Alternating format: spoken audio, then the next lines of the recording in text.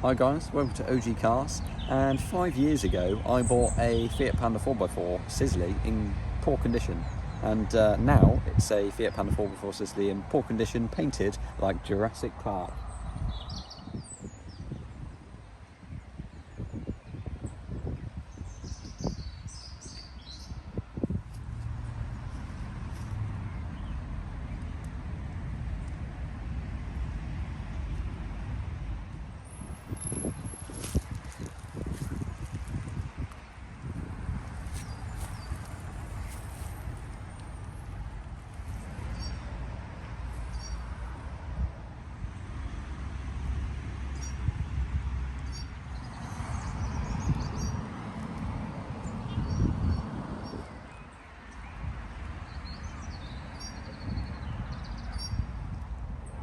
As of this video going live, Jurassic Panda has been in my ownership for about 5 years, and it's been in these colours for about 4 of those. And I bought it on the 1st of April 2017 as a bit of a wreck, to be honest. It had MOT, but the paintwork was really ratty, the interior was awful, it needed loads of mechanical work. But ultimately I really wanted a Panda 4x4 at the time, and this is my third Panda, and actually my third ever car, because my first car was Pandino, the Fiat Panda Fizz, which you will see on our channel under the Our Garage videos, the old style ones.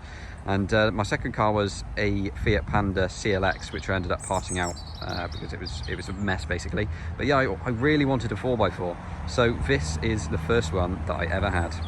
So the story of how I got this car basically goes, it was on an eBay auction. It was going for just over £1,000 at the time, and I organised a viewing with the seller, who was on holiday for most of the auction, so I could only see it on the last day. So we went to go and see it on the last day.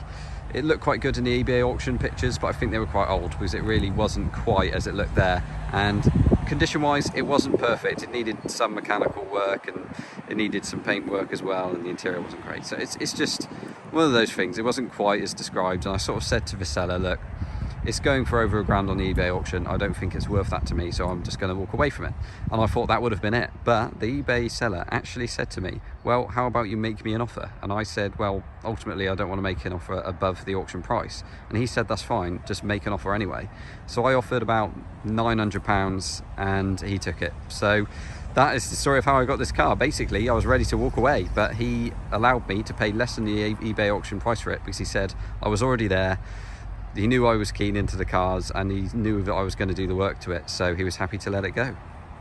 I drove home in my Panda Fizz, and I got my dad to drive this back, and I think it spluttered a little bit all the way back, but it made it. And this car has had so much work over the last few years, and well, as you can tell, it looks completely different from the outside, let alone underneath.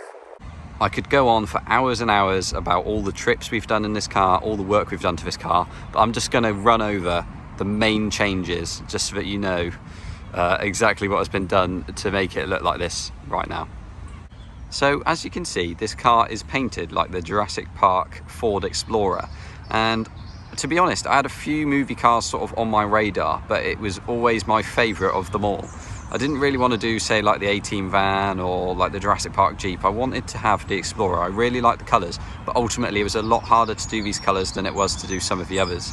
Say with the Jeep, it's just sand beige with red, and the A-Team van is just black with the red stripe. So ultimately I chose something a bit more difficult, but I think it really paid off in the end when I did it. So if you look close up, some of the red paint is actually missing now because it's been on there a long time and the red was brushed on, but I'll go into everything on it anyway. So the yellow was all sprayed along the bottom, and that is Halford's Broom Yellow. It's a Fiat colour. And then I've got a Ford colour up here, which is Signal Green, again Halford's cans, which I did, and I sort of just did the fade by eye. I didn't use anything else to do that. I mean, it's not perfect, but it was a home job, and I thought it turned out okay, because obviously I've used it off-road for the UK Panda 4x4 meets, and I didn't want to have something perfect that I'd never use again. So this was ideal because it would be slightly more durable and easy to touch up. So the red, I just used Wix Cuban Red. Georgina's shaking her head at me because I tell that to Wix Cuban Red, I tell it to everyone that sees it, just that is what it is. But it's changing soon because it's going to Santex Red, Not sure which shade of red it is, but it's a red. It is a dark red, so obviously to go with the theme, but I will be painting that maybe later this year, maybe another year, who knows. I think it was meant to be last year, but yeah, that is the plan, to get the red done again at some point. I do need to do a few other bits on this. I want to sort of respray just little bits as I go along, just to tidy it up. Obviously you can see there's bits missing here and there, but ultimately she is what she is. So other things that you can see that I've added here include the front ball bars, which have these lovely Lucas FX 160 lights on, which I really like. I used to have ring rallies on, but I quite like these and the colours that they have. They are not actually wired up, but I've put the wires in so that you can sort of pretend they're wired up for now. I will wire them up one day, just like I'll fit my air horn one day. That's again another one-day job, so yeah, I'll get around to that. Other things that I've added, I've got the roof rack to go with it, which I quite like. Managed to get it off a friend who went to France and found it on a Fiat Panda 404 over there, so I had it brought over. I used to have rear light guards on this, which Andy Berryman sold me, but now I have these rear bull bars, which are the original UK rear bull bars, which I've adapted to fit on here, because normally they imagine you had a normal Panda tailgate on here which goes up, it would hit the rear bar here. So what I've done is made it removable. These aren't normally on here, but I did have a slight incident with a rear toe mount falling off and the bumper falling off and then ruining everything on the rear bull bar, so we won't go into that. Anyway, that's a temporary thing. I do need to redo the rear end at some point, and Woody's looking a bit worse for wear at the moment, but he's hanging on for dear life down there. But yeah, that's another thing I've added there. And I did just forget that on the front, behind those lovely front bull bars, we have the front light guards, which are made by Jacobs Arnold at Scarborough Motorworks, and these are absolutely fantastic. They've been on there for a fair few years now, and the powder coat has not failed at all. They are really, really good quality, so yeah, really happy with those.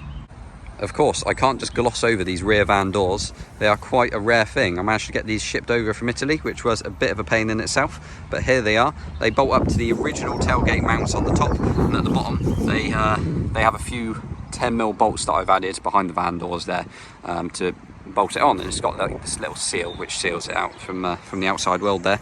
Well, however much it can anyway. And yeah, I do need to do a couple of things to get this perfect with sort of like the rear bull bars and everything, but I've sort of designed everything's fairly easy to work with. So this is easily removable, and then you can open your van doors. The rear lights are easy to take out to change the bulbs. These original rear bull bars, you had to remove this with the bumper to get the light off, because you couldn't get to the bottom screw on the light. So I've modified it so that they only have one screw at the top. I say modified, I just haven't put the bottom screw in, but that's fine.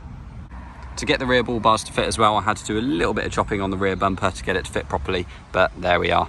And it's also running this lovely Realty 4x4 lift kit, which is doing really well. It's got sort of extended, I don't know if you'll be able to see it, yes you can, extended blocks on the back for the leaf springs, and there's those Realty extended shock absorbers on the back there. And there's Woody. He looks a little bit scary at the moment. You'll also see that it's running this CB aerial, which is attached to the Thunderpole CB radio, which is inside of here. I'll just show you there. It is a Thunderpole T800. It's a really good starter kit for those interested in getting a CB radio. As we are on the interior now, I must mention this as well, because I've completely painted the interior and changed it as well. So the doors and everything are green. They are a Wilko's evergreen colour. Outdoor metal paint, so that's fine. I've done the dash in it as well, and the radio surround. I've got the original steering wheel at the moment. We're on 116,938 miles now. Done a fair few. Still trundling along. We've got this Fiat Panda Fizz interior. It's the green style, of course. It did come with the green Panda Fizz belts when I bought the set, but I wanted to keep the Panda 4x4 Sisley belts with the original webbing, because it really sets it off.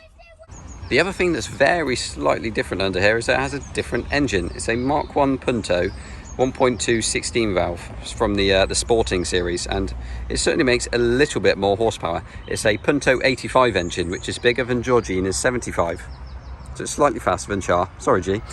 although hers is slightly better gears, whereas mine is obviously being an original 4x4 gearbox bolted to here. Obviously when I put the engine in, I had new timing belt, new thermostat, new clutch, all sorts of stuff. Just tried to renew as much as I could while I was there. But yeah, this car does get used, so it is quite dirty under here. The ECU for the Punto is still just hanging about up here. I kind of want to tidy this up at some point, but yeah, at the moment I've just modified the Sisley headlamp washer tank slightly smaller so that the ECU will fit there, and there's various other wiring bits behind the insulation there. But yeah, the engine's different, it's running a bit more horsepower. Well, that's a quick rundown done. Basically, I just really wanted to get a video out of this car for the channel because it's been ages since I've had this car and I've never actually shown it to you guys, so I just really wanted you guys to see it. So we're going to do some more videos on this car in the future, so stay tuned to the channel obviously to see them. But for now, thanks very much for watching. Like and subscribe, give us a comment if you've got any questions on this car or any others, just drop it down below. Thanks again for watching, and we'll see you in the next one.